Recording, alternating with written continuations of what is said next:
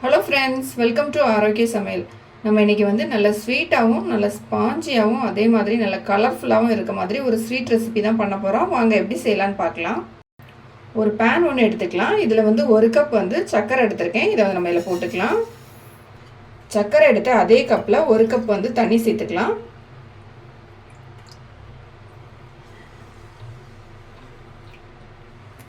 Stove வந்து மீடியமான ஃப்ளேமில் வச்சுட்டு நம்ம வந்து இந்த சர்க்கரையை வந்து தண்ணியில் நல்லா கரைச்சிக்கலாம். நம்ம போட்ட சர்க்கரை எல்லாமே வந்து தண்ணியில் நல்லா கரைஞ்சிடுச்சு. இப்போ இது கூட கொஞ்சமாக வந்து ஃபுட் கலர் எடுத்திருக்கேன். இதை வந்து நம்ம இதில் போட்டுக்கலாம். இதில் ஃபுட் கலர் சேர்த்த பிறகு கொஞ்சமாக வந்து ஏலக்காய் தூள் எடுத்திருக்கேன். இதையும் நம்ம இது கூட மிக்ஸ் பண்ணிக்கலாம். சர்க்கரை வந்து தண்ணியில் இப்போ எல்லாமே நல்லா கரைஞ்சிடுச்சு. இது வந்து நமக்கு வந்து கையில் தொட்டு பார்க்கும்போது இந்த கையில் வந்து ஒட்டுற மாதிரி இருக்கணும். அந்த ஸ்டேஜ் வர்றது வரைக்கும் நம்ம வந்து இதை வந்து மிக்ஸ் பண்ணிகிட்டே இருக்கலாம். நல்லா வந்து கொதிக்க ஆரம்பிச்சிடுச்சு. இப்போ நம்ம வந்து தொட்டு பார்க்கலாம். கொஞ்சமாக இந்த கரண்டியில் வச்சு கை வச்சு இந்த மாதிரி ப்ரெஸ் பண்ணி பாருங்கள். அப்போ லைட்டாக வந்து நமக்கு ஒட்டுற மாதிரி இருக்கணும். இந்த ஸ்டேஜ் வர்றது வரைக்கும் நம்ம வந்து இந்த சக்கரை பாகை வந்து ரெடி பண்ணிக்கலாம். இப்போ நான் கொஞ்சமாக எடுத்து தொட்டு பார்க்குறேன். எனக்கு கையில் வந்து ஒட்டுது. இதுதான் கரெக்டான ஸ்டேஜ். இப்போ நான் வந்து ஆஃப் பண்ணிவிட்டு இதை வந்து கொஞ்சம் ஆற வச்சுக்கலாம். நம்ம இன்னொரு கடாய் எடுத்துக்கலாம். அதில் வந்து 1 கப் வந்து நல்லா காய்ச்சின பால் வந்து எடுத்திருக்கேன். இது வந்து லைட் சூடாக தான் எடுத்திருக்கேன். இதை வந்து நம்ம இதில் ஊற்றிக்கலாம். ஊற்றிட்டு நம்ம ஸ்டவ்வை ஆன் பண்ணிக்கலாம். ஸ்டவ்வை வந்து ஃபுல்லாக சிம்மில் வச்சுருங்க. நம்ம பால் எடுத்து அதே கப்பில் 3/4 கப் வந்து ரவை எடுத்திருக்கேன். இதை வந்து நம்ம இதில் போட்டுட்டு நல்லா மிக்ஸ் பண்ணி விட்டுடலாம். கட்டி இல்லாமல் மிக்ஸ் பண்ணிக்கலாம். ரவை சேர்த்துட்டு கைவிடாமல் மிக்ஸ் பண்ணிக்கலாம். ஏன்னா நம்ம பால் கூட ரவை சேர்த்துருக்கிறதுனால அது உடனே வந்து திக்காக ஆரம்பிக்கும்.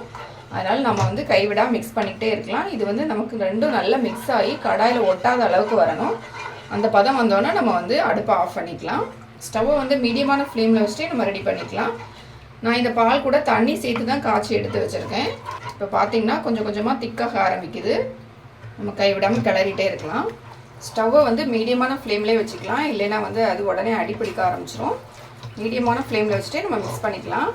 இப்போ பார்த்திங்கனாலே தெரியும் கொஞ்சம் நல்லா திக்காகிடுச்சு பாருங்கள். இன்னும் கொஞ்சம் நமக்கு வந்து கடாயில் ஒட்டாமல் உருண்டு வரணும். அந்த அளவுக்கு வந்து எல்லாத்தையும் நம்ம மிக்ஸ் பண்ணிக்கலாம்.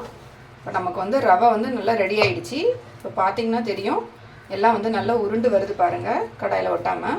இப்போ நம்ம இதை எடுத்து நல்லா ஆற வச்சிடலாம். நம்ம ரெடி பண்ணி வச்சுருந்த ரவை வந்து நல்லா ஆறிடுச்சு. இப்போ கை வச்சு இதை நல்லா மிக்ஸ் பண்ணிக்கலாம்.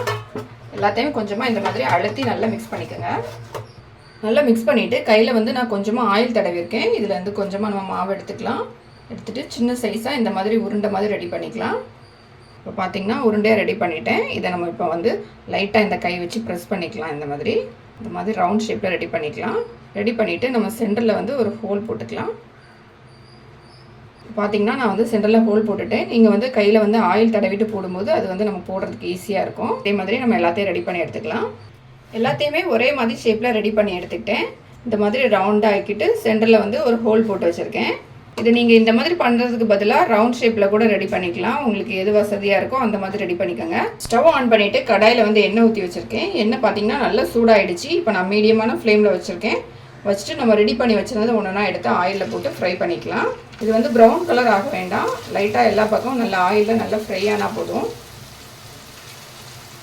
ஆயிலில் போட்டுட்டு 2 பக்கமும் நல்லா வந்து அப்பப்போ திருப்பி விட்டுக்கலாம். அப்போ தான் வந்து எல்லா சைடும் ஈவனாக வந்து ஃப்ரை ஆகி வரும். ஸ்டவ்வை வந்து மீடியமான ஃப்ளேம்லேயே வச்சுக்கலாம். ஏன்னா நம்ம ஏற்கனவே வந்து பாலில் போட்டு இதை நல்லா ரவையை வேக வச்சு தான் மிக்ஸ் பண்ணி எடுத்துருக்கோம். அதனால் மீடியமான ஃப்ளேமில் போட்டுட்டு நம்ம வந்து நல்லா ஆயிலில் ஃப்ரை பண்ணிக்கலாம். எல்லாமே ஆயிலில் நல்லா ஃப்ரை ஆகிடுச்சு. இந்த மாதிரி லைட்டாக கலர் சேஞ்ச் ஆனால் போதும் நம்ம எடுத்துடலாம். இப்போ ஆயிலிருந்து நம்ம ஆயிலேருந்து எடுத்த உடனே நம்ம ரெடி பண்ணி வச்சுருந்த சக்கரை பாகில் வந்து இதை போட்டுக்கலாம். நான் வந்து ஃபஸ்ட்டு ஒரு டைம் வந்து ஃப்ரை பண்ணதை வந்து இந்த சக்கரை பாகில் போட்டு வச்சுருக்கேன். இப்போ நம்ம வந்து அடுத்தது வந்து எடுத்துருக்கோம்ல அதையும் வந்து இது கூட போட்டுக்கலாம்.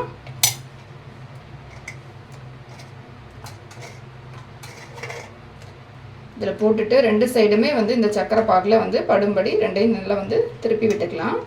இது வந்து சக்கரை பாகில் நல்லா ஊறி வரணும். அப்போ தான் சாப்பிட்றதுக்கு வந்து நல்லா சாஃப்டாகவும் அந்த இனிப்புலாம் இறங்கி நல்லா டேஸ்ட்டாகவும் இருக்கும். இப்போ இது வந்து நல்லா ஊறட்டும். ஊறின பிறகு காமிக்கிறேன் உங்களுக்கு.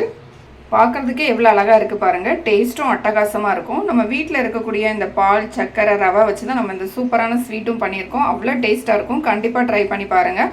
உங்கள் குழந்தைங்களுக்கு இந்த மாதிரி செஞ்சு கொடுத்து பாருங்கள். ரொம்ப விரும்பி சாப்பிடுவாங்க. இந்த வீடியோ உங்களுக்கு பிடிச்சிருந்தா லைக் பண்ணுங்கள், ஷேர் பண்ணுங்கள். மறக்காமல் என்னோட சேனலை சப்ஸ்கிரைப் பண்ணுங்கள்.